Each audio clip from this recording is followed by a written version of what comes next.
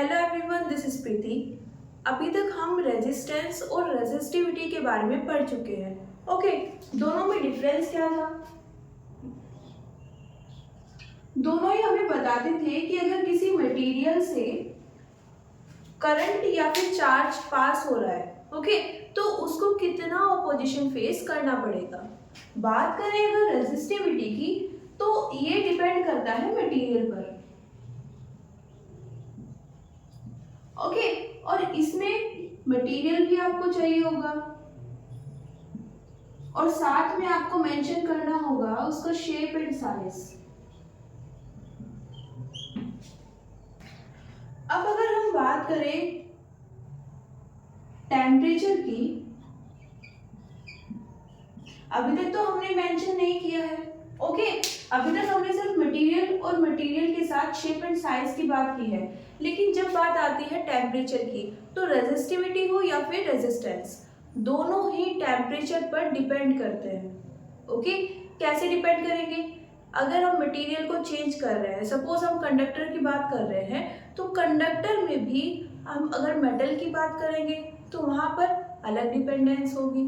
Okay, semiconductor की बात करेंगे तो वहां पर डिपेंडेंसी चेंज हो जाएगी। ओके, इंसुलेटर्स की बात करेंगे तो वहां पर भी चेंज हो जाएगी। तो कैसे चेंज हो रही है? टेम्परेचर के साथ में।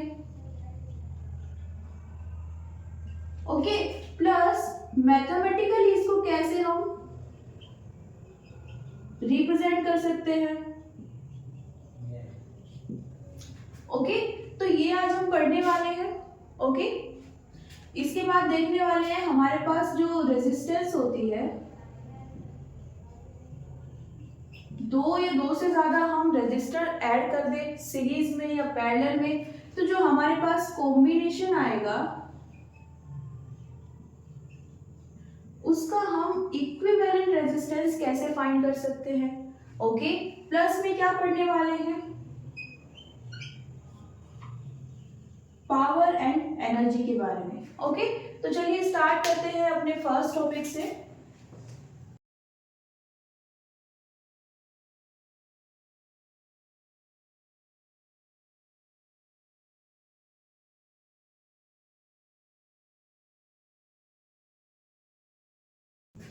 टेम्परेचर डिपेंडेंसी में हम सबसे पहले बात करेंगे मेटल्स की, लेकिन उससे पहले हमारे पास रेजिस्टेंस का फॉर्मूला क्या होता है? ओके, और रेजिस्टिविटी का? रेजिस्टिविटी मटेरियल पर डिपेंड करती है, लेकिन इसका एक एक्सप्रेशन भी होता है जिससे हम जान सकते हैं कि मटेरियल में भी ऐसी कौन कौन सी क्वांटिटीज है जिस पर रेजिस्टिविटी डिपेंड करती है। वो कैसे मिलेगा हमें? हमने पढ़ा था vector form of Ohm's law. Okay, उसको मैग्नीट्यूड फॉर्म में ले लेते हैं। ओके, यहाँ पर इसको लिख सकते हैं 1/ρ। कंडक्टिविटी इक्वल होती है 1/रेजिस्टिविटी। ओके, अब एक इक्वेशन तो यहां से आ जाती है। ओके, जब हमने ड्रिफ्ट वेलोसिटी का रिलेशन निकाला था करंट के साथ, तो हमने एक रिलेशन करंट डेंसिटी के साथ भी स्टडी किया था। ओके, क्या था वो एक्सप्रेशन? ओके, अगेन इसे भी हमने किस में लिया है? मैग्नीट्यूड फॉर्म में। ओके, इन दोनों इक्वेशन से इनको हम इक्वेट कर सकते हैं। ओके, यहां से हमें क्या मिल जाएगा? ओके, फर्दर वीडी क्या होता है हमारे पास?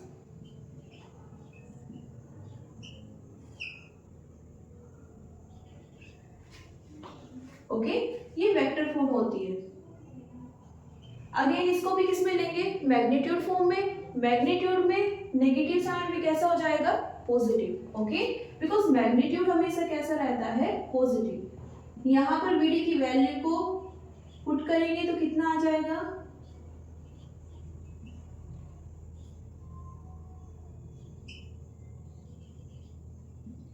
इसे कैंसिल हो जाएगा। ओके, फाइनली क्या एक्सप्रेशन आएगा हमारे पास?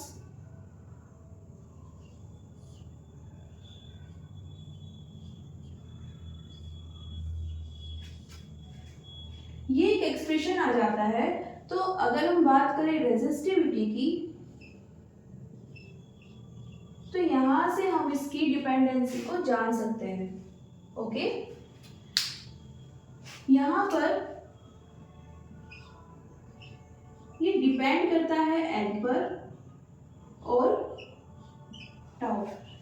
ओके, एन क्या होता है यहाँ पर?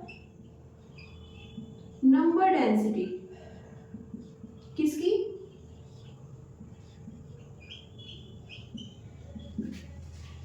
ओके, और टाउ क्या था यहाँ पर?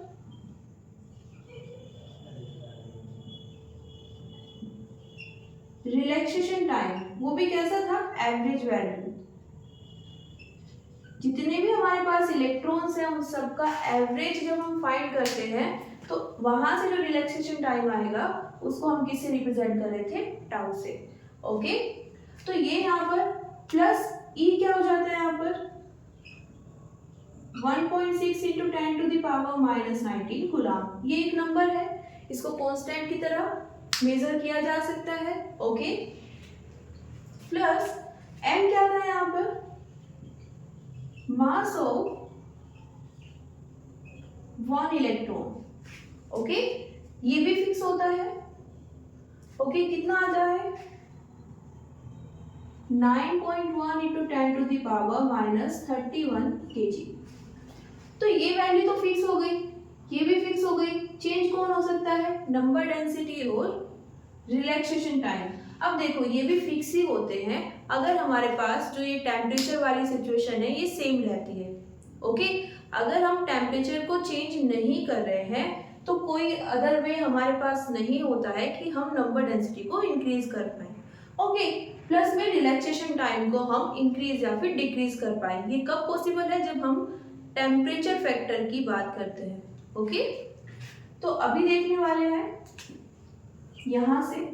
ओके, किसकी बात करते हैं? स्टार्ट करते हैं कंडक्टर से, और कंडक्टर में भी मेटल से।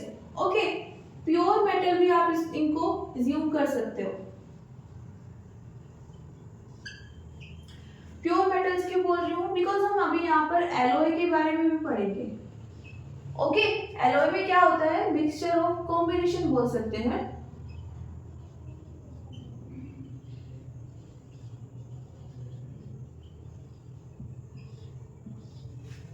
ओके, तो अभी हम किसकी बात कर रहे हैं? मेटल, और उसमें भी प्योर मेटल है। ओके, देखिए यहाँ पर जब हम मेटल्स की बात करते हैं और टेम्परेचर को इंक्रीज करते हैं।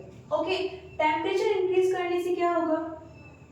इलेक्ट्रॉन्स, फ्री इलेक्ट्रॉन्स जो हमारे पास कंडक्टर है या मटेरियल है, ओके, कैसा?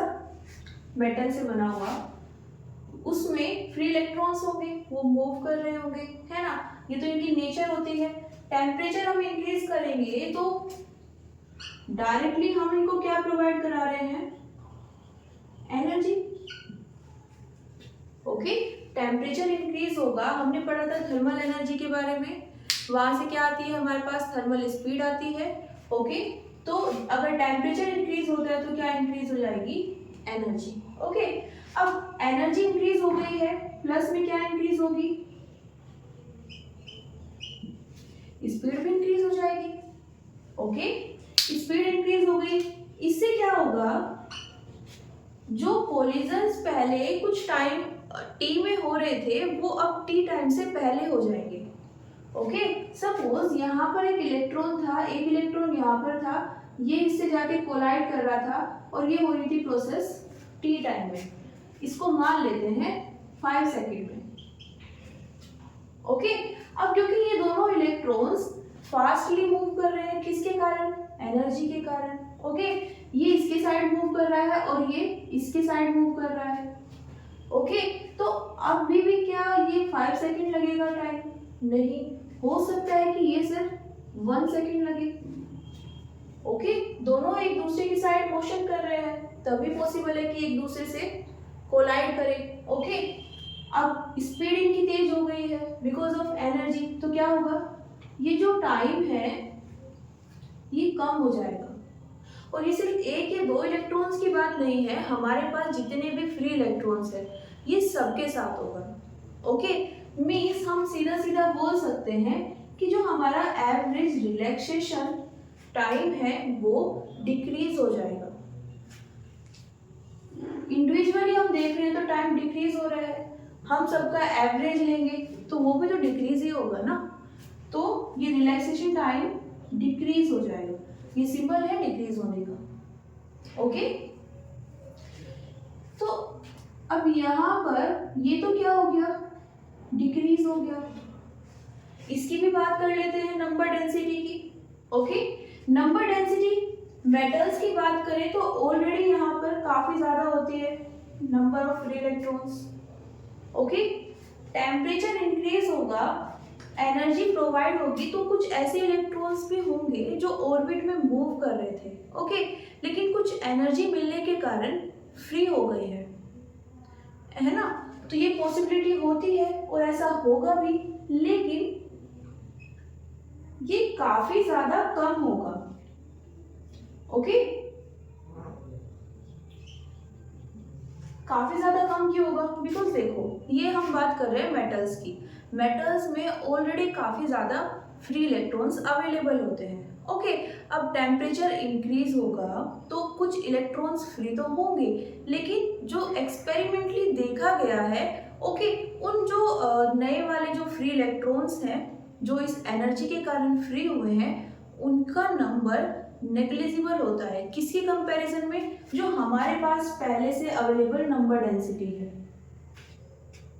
ओके, पहले से जो हमारे पास नंबर ऑफ इलेक्ट्रॉन्स हैं जो फ्री हैं उनके कंपैरिजन में नेग्लिजिबल होता है, मतलब हम इसको मान सकते हैं कि लगभग कांस्टेंट रहता है। ये हम बात किसकी कर रहे हैं, मेटल्स की कर रहे हैं। यहाँ पर फ्री इलेक्ट्रॉन्स पहले से अवेलेबल होते हैं, काफी ज्यादा क्वांटिटी में होते हैं, लेकिन जब टेम्परेचर को इंक्रीज करेंगे हो सकता है कुछ और इलेक्ट्रॉन्स भी फ्री हो जाए, लेकिन ये जो इलेक्ट्रॉन्स होंगे इनका नंबर काफी ज्यादा कम होता है, इसलिए हम इसको लगभग कांस्टेंट ट्रीट करते हैं। ओके, तो यहाँ से क्या आता है, ये तो ऑलरेडी कांस्टेंट था, ये भी कांस्टेंट था, ये भी लगभग कांस्टेंट हो गया है। ओके, तो अब डिपेंडेंसी कौन है, 1/τ। ओके, और ये क्या हो रहा है, डिक्रीज हो रहा है, ये डिक्रीज होगा तो रेजिस्टिविटी इंक्रीज हो जाएगी, इसीलिए हम काफी ज्यादा कम सिचुएशंस ऐसी हैं जब प्योर मेटल्स को यूज करते हैं। बिकॉज ऑफ दिस, अगर टेम्परेचर इंक्रीज हो गया तो जितनी करंट पहले फ्लो हो रही थी वो कम होने लगेगी, है ना, तो क्या बोल सकते हैं यहाँ पर,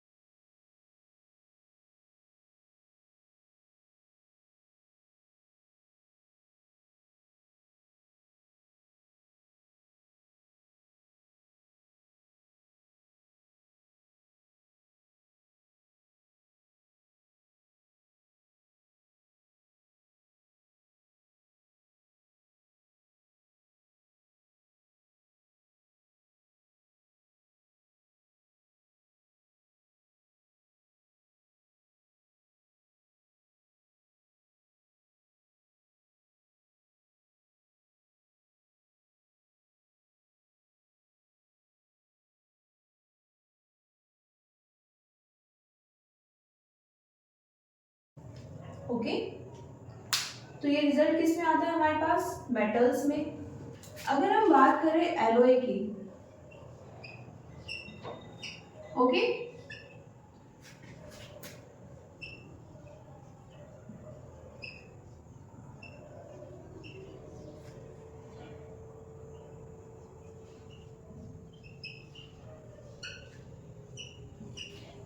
फेमस सा एग्जांपल है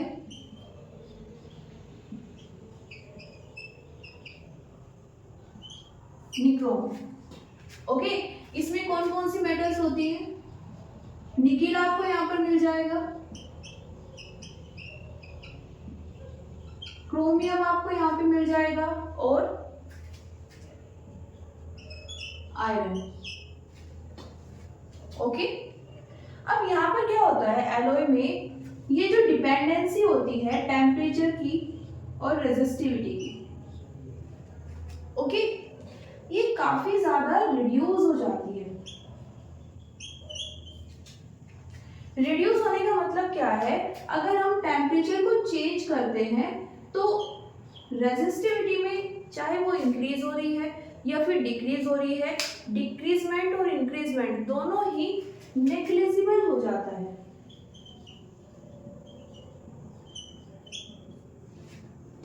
ओके, हम यहाँ पर बोल सकते हैं कि एलॉयज के केस में हम अगर टेम्परेचर को इंक्रीज करें या डिक्रीज करें तो वहां पर ये जो रेजिस्टिविटी होती है इन मटेरियल्स की वो लगभग न्यूट्रल रहती है, सेम रहती है।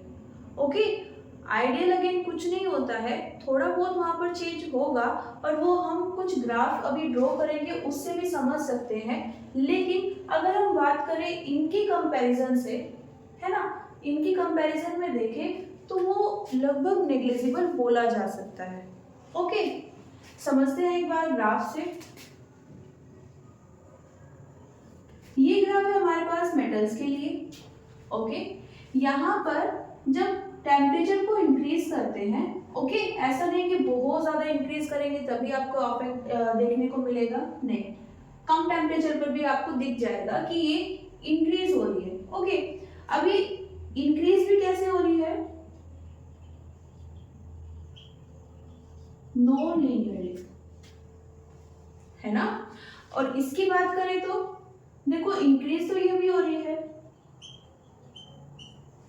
लेकिन लीनियर है। प्लस इसका टेम्परेचर आप कंपेयर करो, ओके, काफी ज्यादा टेम्परेचर इंक्रीज कर दिया है ना। और यहाँ पर कितना चेंज हुआ है? 0.10।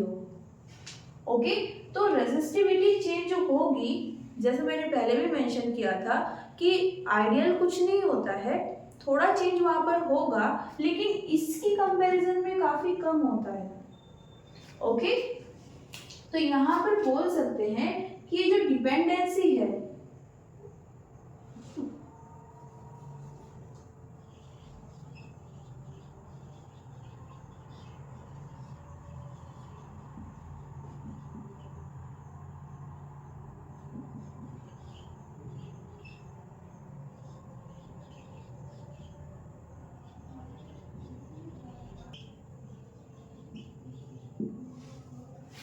डिपेंडेंसी ही रिड्यूस हो जाती है।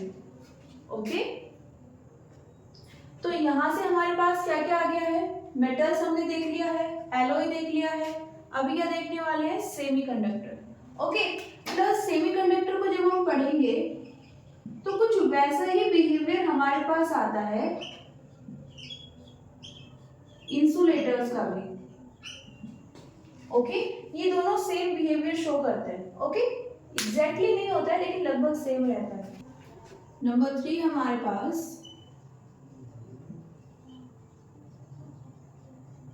सेमीकंडक्टर। ओके, अगेन क्या देखने वाले हैं? Dependency of resistivity. कैसे कैसे चेक कर सकते हैं? अगेन इन दोनों फैक्टर से आएगी, है ना। जैसा हमने मेटल में देखा था कि जब टेम्परेचर इंक्रीज हो रहा था तो जो एवरेज रिलैक्सेशन टाइम था वो डिक्रीज हो गया था, है ना। बात करें अगर एन की, नंबर डेंसिटी, तो ये यहाँ पर इंक्रीज होगी। ओके, और काफी ज्यादा होगी। ओके, काफी ज्यादा इन द सेंस जो हमारे पास इनिशियली है नंबर डेंसिटी उससे काफी ज्यादा इंक्रीज हो जाएगी।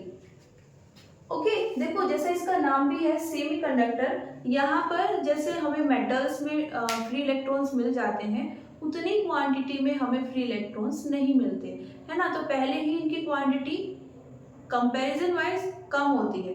ओके, अब जब हम उनको इंक्रीज करेंगे टेम्परेचर को तो क्या होगा, वहां पर फ्री इलेक्ट्रॉन्स आएंगे। ओके, एनर्जी इलेक्ट्रॉन्स के पास जाएगी जो ऑर्बिट में मूव कर रहे हैं और वो फ्री हो जाएंगे। तो वो जो नंबर है फ्री होने का, है ना, इलेक्ट्रॉन्स का, वो काफी ज्यादा इंक्रीज हो जाता है। ओके, काफी बड़ा होता है, वो काफी बड़ा होगा। तो ये जो इंक्रीजमेंट होगा नंबर डेंसिटी में, ये नंबर ऑफ फ्री इलेक्ट्रॉन्स में, वो काफी ज्यादा इंक्रीज हो जाएगा। कितना इंक्रीज होता है कि ये जो रिलैक्सेशन टाइम डिक्रीज हुआ है इसको अनअफेक्टेड बना देता है।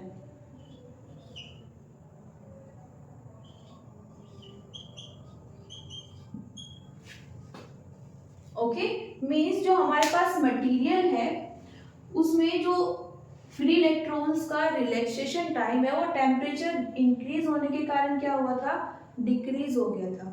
ओके, तो उसके कारण रेजिस्टिविटी थोड़ी इंक्रीज हो जाएगी, है ना।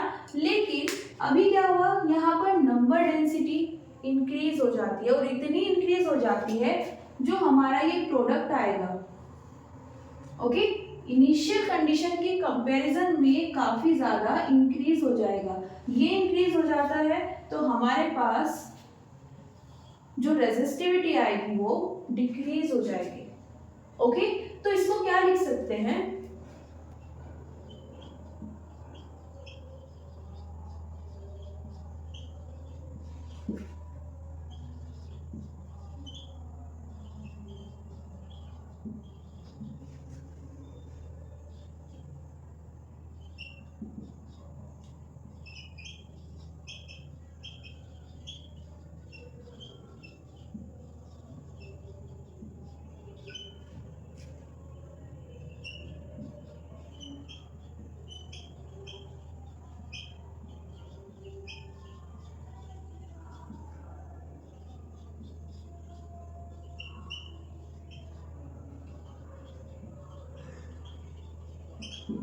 ओके, तो ये नंबर डेंसिटी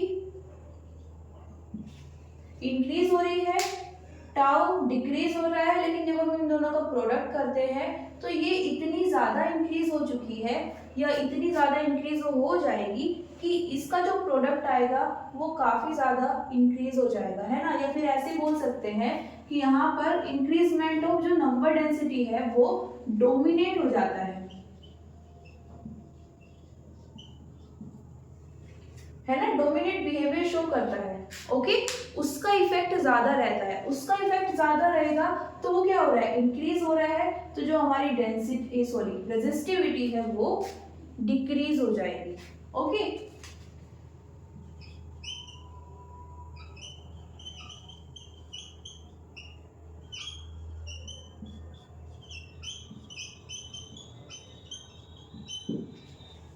ओके,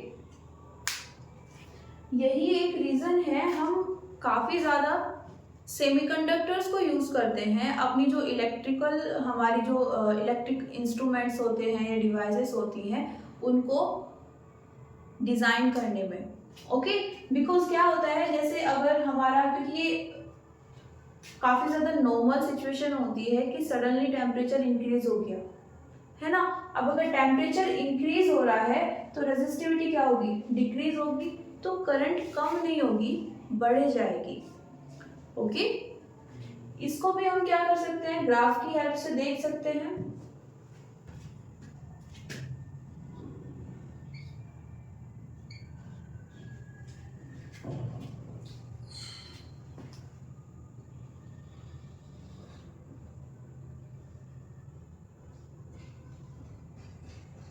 ओके, ये इसका कुछ बिहेवियर होता है।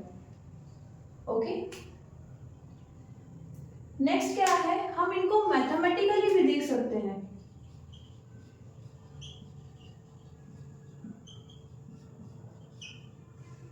अभी तक हमने मेटल्स पढ़ी है, एलॉयज के बारे में पढ़ा है और सेमीकंडक्टर का बिहेवियर जाना है। ओके, हमें एग्जैक्टली अगर इनका बिहेवियर जानना है, मीन्स एग्जैक्ट वैल्यू अगर हमें चाहिए तो क्या करना होगा, मैथमेटिकली एक एक्सप्रेशन हमारे पास डेफिनेटली होना चाहिए।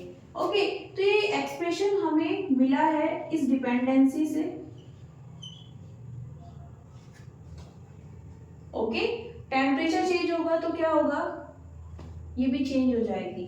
अब यहाँ पर इस साइन को रिमूव करते हैं तो हमारे पास एक कांस्टेंट आता है। ओके, और इस कांस्टेंट को हम बोलते हैं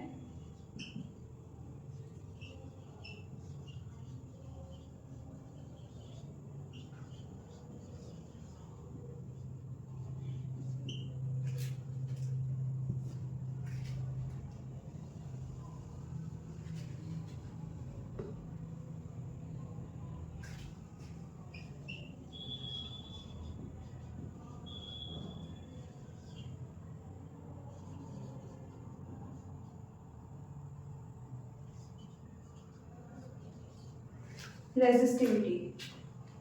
ओके, अब यहाँ पर होगा क्या, अगर हम बात करें मेटल्स की, ओके, तो ए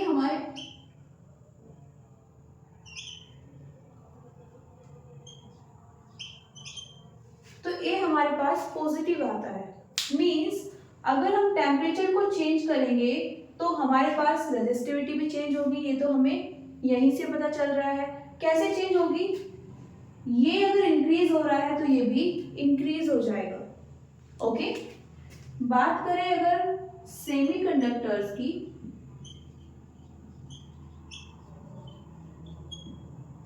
तो इसमें देखो हमेशा की बात मैं नहीं कर रही हूं, ओके, लेकिन मोस्ट ऑफ द केसेस में ये नेगेटिव आता है। Okay, most of the cases में, एक्सेप्शंस हमेशा होंगे, पॉजिटिव भी आ सकती है, जीरो भी आ सकती है, ये कोफिशिएंट जीरो भी हो सकता है। ओके, लेकिन मोस्ट ऑफ द केसेस की बात करें तो ये नेगेटिव होता है। यहां पर नेगेटिव रखेंगे तो मीनिंगफुल भी होगा। कैसे,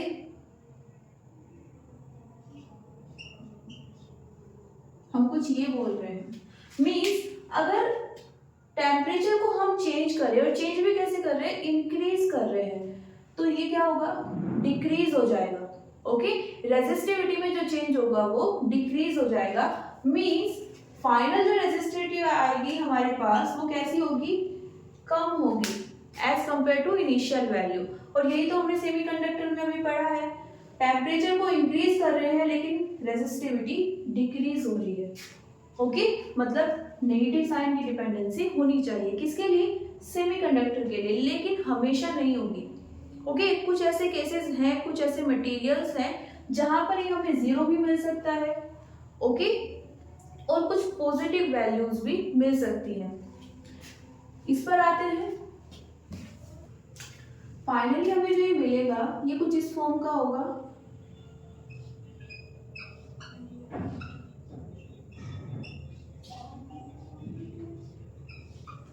ओके, यहां पर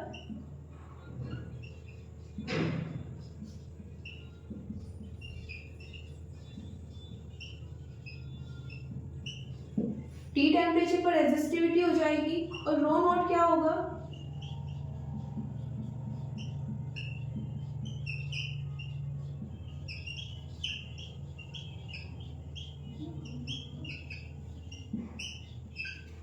eight reference temperature. Reference temperature मतलब हम यहाँ पर एक रेफरेंस सेट कर रहे हैं। सपोज हमने बोला कि हम रूम टेम्परेचर से स्टार्ट करते हैं। ओके, रूम टेम्परेचर हम मान लेते हैं 25 to 27 डिग्री सेल्सियस के बीच में। ओके, सपोज करते हैं 27 डिग्री सेल्सियस है। ओके, तो हम 27 डिग्री सेल्सियस से टेम्परेचर को इंक्रीज करने स्टार्ट करते हैं। तो हमारा रेफरेंस टेम्परेचर क्या हो गया है, 27। इस पर जो रेजिस्टिविटी थी उसको क्या बोल रहे हैं, रो नॉट। ओके, अब जो हम टेम्परेचर इंक्रीज कर रहे हैं, जिस टेम्परेचर पर हम जाके रुकते हैं या फिर जिस टेम्परेचर पर हम रेजिस्टिविटी चेक करना चाहते हैं उसके लिए हम मेंशन कर देते हैं रो टी। ओके, तो ये हमारे पास एक्सप्रेशन आ जाएगा। अब यहाँ से एक रिलेशन ये भी आती है। ओके, यहाँ पर लेंथ और एरिया, हम जब टेम्परेचर को इंक्रीज करते हैं तो लेंथ और एरिया दोनों इंक्रीज होते हैं। ओके, लेकिन ये नेग्लिजिबल होते हैं।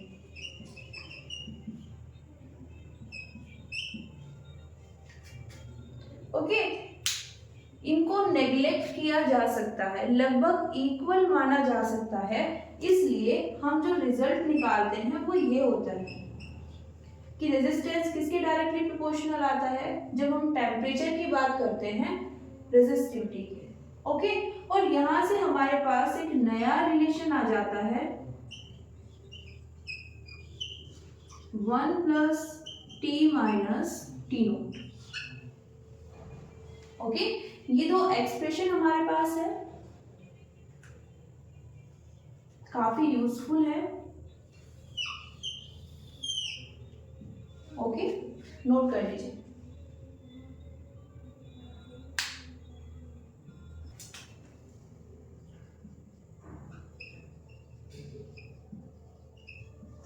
नेक्स्ट हमारे पास है कॉम्बिनेशन। ओके, जब हम बात करते हैं सीरीज कॉम्बिनेशन की, कॉम्बिनेशन हम किसका ले रहे हैं यहाँ पर,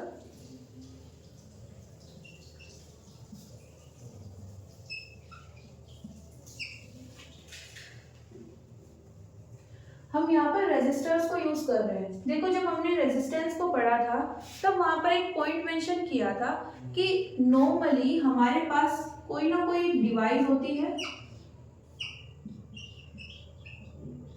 ओके, और हम किसी भी मटेरियल की कोई भी डिवाइस ले ले, इसका एक अपना रेजिस्टेंस होता है जिसे हम किससे रिप्रेजेंट करते हैं, आर से। ओके, ये किस पर डिपेंड करता है, मटेरियल पर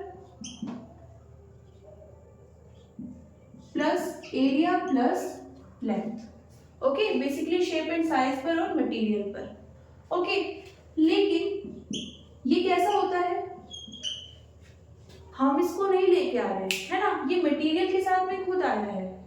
हम सिर्फ इसको फिक्स कर सकते हैं, उससे इसकी वैल्यू थोड़ी कम या ज्यादा हो सकती है। ओके, प्लस हम एक कंपोनेंट यूज करते हैं,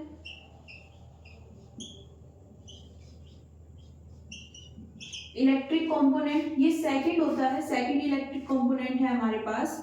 फर्स्ट था कैपेसिटर। ओके, जो हमने अभी तक पढ़ा है उसमें सेकंड आता है ये रेजिस्टर। इसको आप एक डिवाइस की तरह कंसीडर कर सकते हो। इसको हम इंटेंशनली यूज करते हैं कब, जब हम चाहते हैं कि इस पर्टिकुलर पॉइंट पर हमें रेजिस्टेंस चाहिए, है ना। कभी कभी ऐसा होता है कि हम जब कोई डिवाइस ऑपरेट करा रहे हैं तो वहां पर हम डिफरेंट डिफरेंट एरियाज में डिफरेंट डिफरेंट कंपोनेंट यूज करते हैं। कुछ को वहां पर ज्यादा करंट चाहिए होती है, कुछ को कम चाहिए होती है। तो जहां पर कम करंट चाहिए, है ना, तो वहां पर क्या करते हैं, हम रेजिस्टेंस अप्लाई कर देते हैं। कैसे, रेजिस्टर की हेल्प से। ये रेजिस्टर क्या करेगा, हमें जितना करंट को रिड्यूस करना है उतनी हाई वैल्यू का ये रेजिस्टर ले लेते हैं। ओके, तो यहां से आता है रेजिस्टर और उसका काम क्या होता है, रेसिस्ट करना, किसको, करंट को। ओके, अब बात कर रहे हैं हम रेजिस्टर्स की। अगर हम दो रेजिस्टर्स को ले लें और कहां पर ऐड करें, सीरीज में।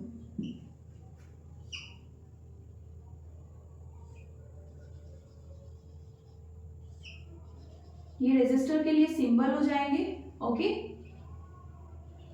मान लेते हैं ये एक रेजिस्टर है और इसकी रेजिस्टेंस कितना है, R1, इसका कितना है, R2। ओके, इस केस में हमारे पास जो रिजल्टेंट आएगा वो होता है R1 plus R2। Okay, means अगर हम यहाँ पर एक वोल्टेज सोर्स यूज कर रहे हैं, उसमें भी क्या एक बैटरी यूज कर रहे हैं। ये बैटरी है V वोल्ट की, इसमें करंट फ्लो हो रही है I।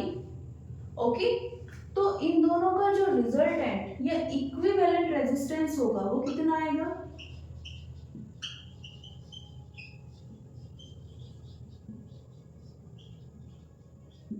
R1 plus R2।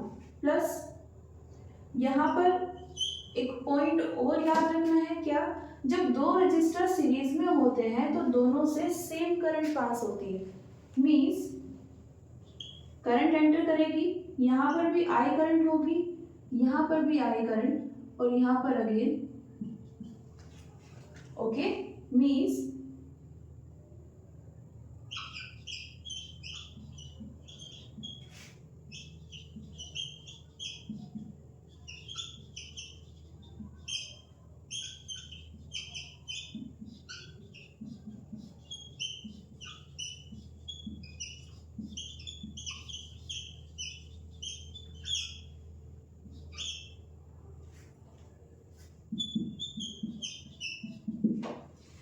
अगर हम इसके एक्रॉस क्या चेक करें, पोटेंशियल डिफरेंस, तो वो V1 आएगा, इसके एक्रॉस V2, ओके, और ये V1 V2 इक्वल नहीं होते हैं, ओके, जब तक ये सिचुएशन ना आ जाए।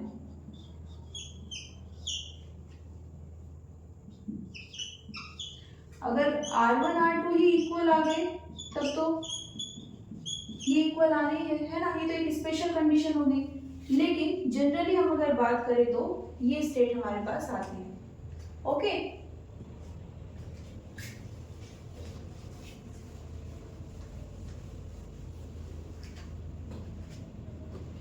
तो हम अगर इन दोनों को रिप्लेस करना चाहते हैं एक रेजिस्टर से, तो उसका रेजिस्टेंस कितना होना चाहिए, R1 plus R2, okay. Next है हमारे पास पैरेलल कॉम्बिनेशन। पैरेलल में क्या होगा,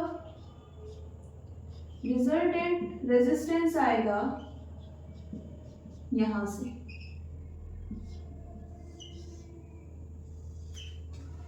ओके। यहां पर क्या होता है,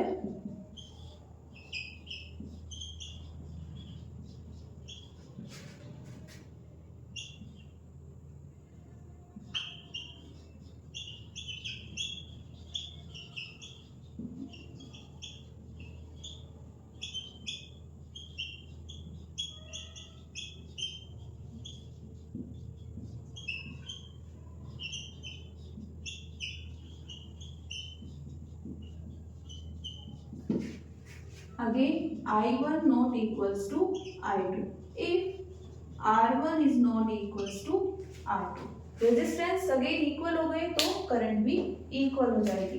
कैसे, हमने एक रेजिस्टर लिया है, रेजिस्टेंस है R1, दूसरा रेजिस्टर लिया है, इसकी रेजिस्टेंस है R2, दोनों को पैरेलली अटैच किया है,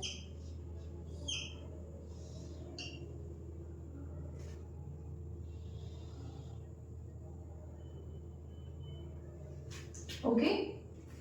ये हो गया मेरे पास V वोल्ट की बैटरी, है ना। कैसे अटैच किया है, दोनों के फर्स्ट एंड पॉजिटिव एंड से और ये वाले एंड नेगेटिव एंड से कनेक्ट होने चाहिए, तो ये कॉम्बिनेशन बन जाता है पैरेलल कॉम्बिनेशन, ओके। यहाँ पर एक करंट फ्लो हो रही होगी, अब यहाँ पर ये I1 हो जाएगी और यहाँ पर I2, मतलब ये दोनों डिफरेंट डिफरेंट करंट फ्लो होगी इन दोनों से, है ना। और अगर बात करें वोल्टेज की तो वो सेम रहेगी, और सेम भी कितनी, जितनी वोल्ट की हमने बैटरी अप्लाई की है, ओके। तो ये केस हमें यहाँ पर मिल जाता है, ओके। अगर हमारे पास दो से ज्यादा रेजिस्टर है सीरीज में तो हम पैरेलली आगे ऐड कर सकते हैं, है ना। सेम वे में दो से ज्यादा रेजिस्टर है पैरेलल कॉम्बिनेशन में तो हम यहाँ पर भी आगे ऐड कर सकते हैं, ओके।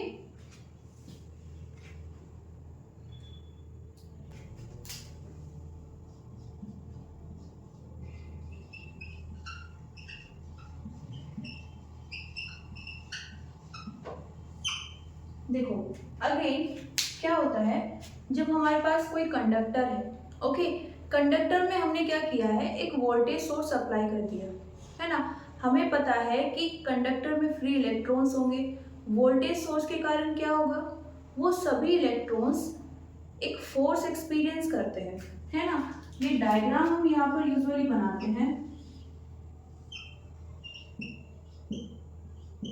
इन एक पर एक फोर्स वर्क करता है। ओके, किसके कारण? ये जो हमने वोल्टेज सोर्स यूज किया है इसके कारण, है ना। अब इससे क्या होगा, ये सब मूव करेंगे, है ना, मूव कर रहे हैं।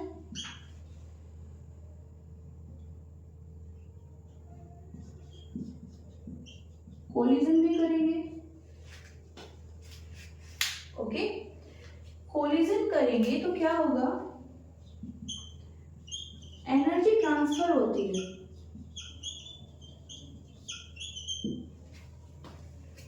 ओके, कैसे ट्रांसफर होगी?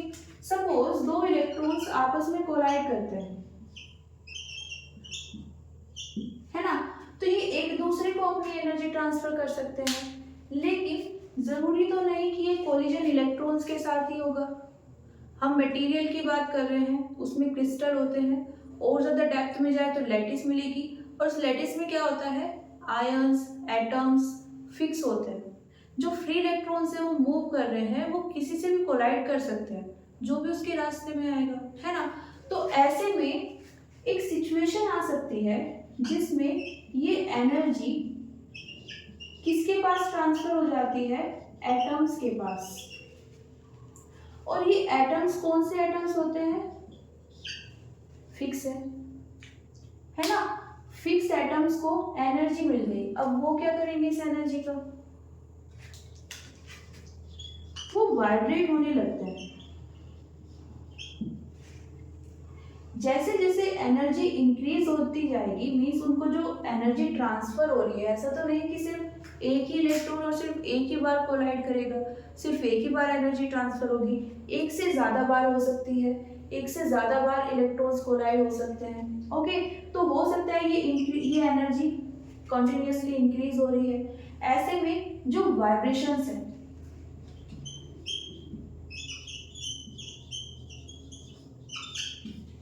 ये मोर वाइब्रेंसली वाइब्रेट होने लगते हैं, बहुत ज्यादा तेजी से वाइब्रेट होने लगते हैं। उससे क्या होगा,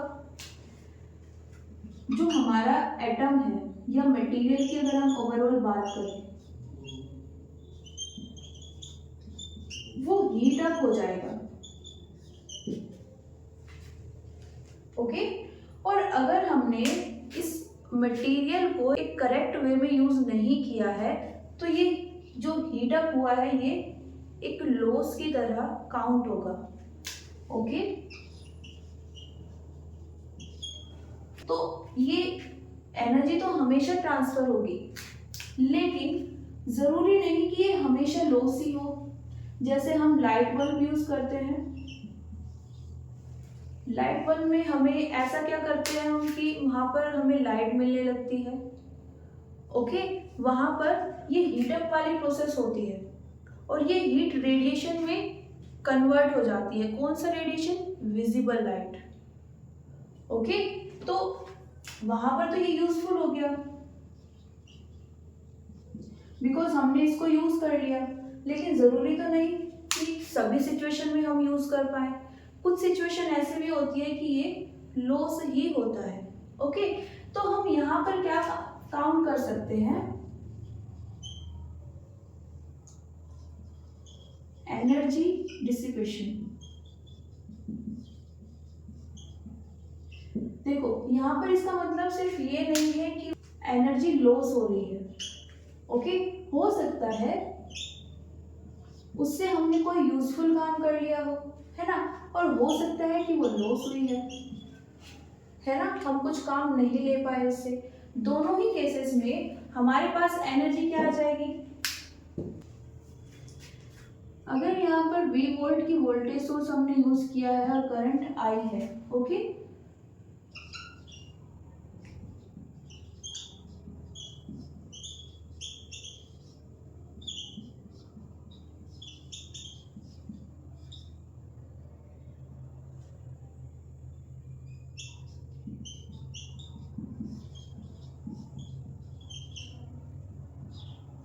इसको हम रिप्रेजेंट करते हैं डेल्टा W से, और ये होता है ये।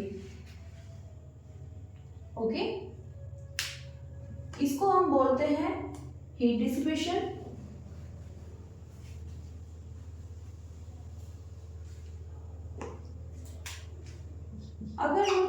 पर सेकंड ले लें।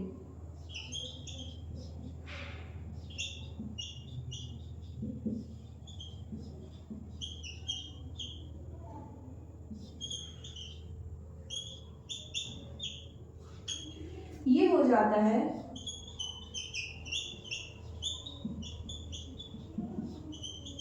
Power dissipation.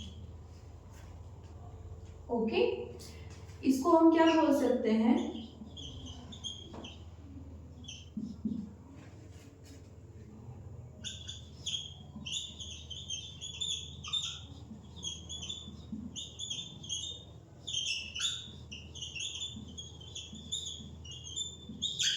जो हम ट्रांसफर कर सकते हैं। ओके, अब ये डिपेंड करता है सिचुएशन पर कि वो जो ट्रांसफर हो रहा है, ओके, जो हमारे पास हीट आई है हम उसे ट्रांसफर कर रहे हैं, किसके लिए कर रहे हैं, यूजफुल या फिर लॉस। ओके, तो यहाँ से हमारे पास आ जाती है पावर। पावर को रिप्रेजेंट करते हैं P से, और ये होती है delta W by delta T। Okay, तो यहाँ से क्या आ जाएगा,